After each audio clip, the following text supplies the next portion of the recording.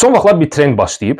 Türkiyəli blogerlər Azərbaycana gəlir və Azərbaycan türkçəsi haqqında fikirlər bildirir. Məsələn, çox tatlı diliniz var, Azəricə çox komik, çox dəyişik və s. kimi cümlələrdən istifadə edir. Bu ilk baxışdan simpatiya kimi görünür, amma əslində bunun arxasında çox belə təhlükəli imperialist təfəkkür yatır. Türk dili adlanan bir vahid dil yoxdur. Bu böyük bir türk dilləri ailəsidir, Altay dilləri ailəsi. Bu ailəyə daxildir Qıpçaq dillər ailəsi, Oğuz dillər ailəsi, nə bilim, Uyğur dillər ailəsi və s. Yəni biz də Oğuz dillər ailəsinə, Azərbaycan dili Oğuza aiddir və bundan əlavə Qaqavuz, Türkmən və İstanbul türkçəsi bura daxildir bu ailəyə. Yəni hamısı eyni kökdən gəlir, amma heç biri digərindən orijinal deyil. İstanbul türkçəsinin standart sayılması əslində tarixi və siyasi səbəblərlə bağlıdır. Lingvistik səbəblərlə yox. Osmanlı imperiyası və sonra da Türkiyə dövləti çox böyük bir siyasi mərkəz idi. Və buna görə də İstanbul dialekti standartlaşdırıldı və mediada, məktəbdə, ədəbiyyatda və s. kimi sahələrdə dominant rol oynadı.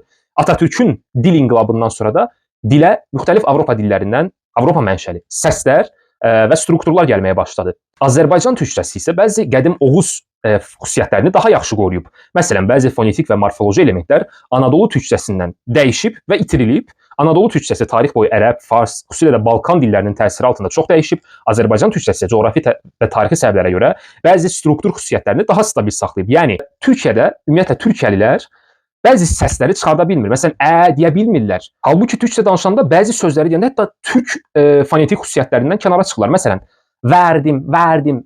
Bu cür deyirlər məsələn bu sözü tələffüz edəndə. Birinci eyni ə kimi deyirlər, ikinci eyni e kimi saxlayırlar. Bu tip fonetik fərqliliklər isə orijinal, yəni daha qədim türk ənənəsində lingvistik baxımdan heç uyğun deyil. Çünki türklər tarix boyu bu cür danışmayıb. Məsələn, türkiyəlilər ğ səsini də çıxarda bilmirlər. Boğazdan ğ deyə bilmirlər. H deyirlər. Yəni yumşaq deyirlər. Bu məsələ təkcə türk dillərində deyil. Məsələn, fransızlar Belçika fransızcasına bəzən elə baxır. Ya da ispanlar Latin Amerikasında danışılan ispan dilinə biraz şey kimi baxır, törəmə kimi. Sanki yəni türkiyəlilər də bizə belə yanaşır. Türkiyədəki danışılan dil vahid türk dilidir. Qazax, Qırğız, Azərbaycan türkçəsi isə onun sanki törəməsidir. Halbuki digər dillər Türkiyə türkçəsinə, İstanbul türkçəsindən daha orijinaldır. Dediyim kimi ya, burada orijinallıq da nisbi məsələdir ya. Belə bir şey də yoxdur. Biz orijinallıq, onlar orijinaldır və s. Amma məsələ burasındadır ki, Azərbaycanlıların danışdığı türk dili tarixən danışılan türkçəyə daha yaxındır, nəinki türkiyəlilərin danışdığı. Məsələ budur.